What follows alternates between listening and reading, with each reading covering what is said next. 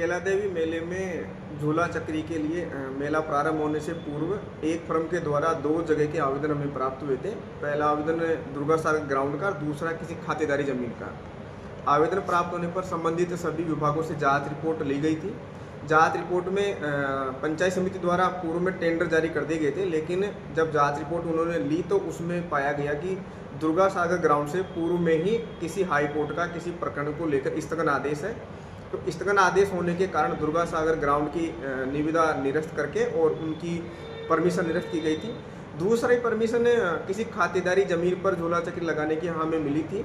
उसकी भी जांच रिपोर्ट जब प्राप्त हुई हमें, तो जांच रिपोर्ट में यह पाया गया कि जो खातेदार था संबंधित भूमि का, उस खातेदार ने अपनी आपत्ति प्रस्तुत की और अपनी सहमति जाहिर नहीं की। इस कारण पंचायत समिति ने उसका भी टेंडर निरस्त करके और संबंधित फर्म को सूचित किया।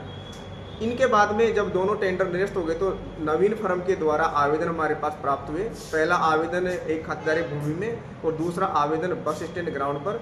दोनों ही प्रार्थना पत्रों के संबंध में संबंधित अधिकारियों से जांच रिपोर्ट प्राप्त की गई और जांच रिपोर्ट में पॉजिटिव रिपोर्ट आने पर उनको झूला चक्री लगाने की परमिशन जारी की गई।